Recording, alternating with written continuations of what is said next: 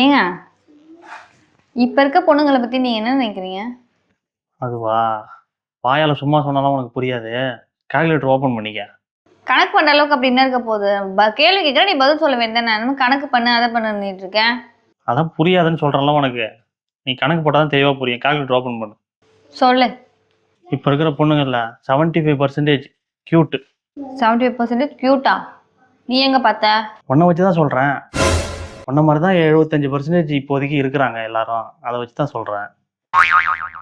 அடுத்து 85% பியூட்டி. போட்டேன். அடுத்து 90% நாட்டி. 90% நாட்டி. உனக்கு எப்படி தெரியுதெல்லாம்? அதுவும் உன்னை வச்சு தான் சொல்கிறேன். உன்ன மாதிரி தான் 90% பேர் இருக்காங்க. அப்புறம் 100% லவ்லி. ஓ 100%ஆ? இதுவும் என்ன வச்சு தான் சொல்றியா? ஆமாம் ஆமாம் போடு. அடுத்து 70% ஸ்வீட். இப்போ மொத்தமாக நான் என்ன சொல்ல வரேன் அப்படின்றது தெரிஞ்சிருக்கும் பாரு. எவ்வளோ வந்திருக்கு? 420. இப்போ இருக்கிற பொண்ணுங்கெல்லாம் 420 தான் இருக்கிறீங்க. அதுவும் நம்பர் 1 அதில் நீ தான்.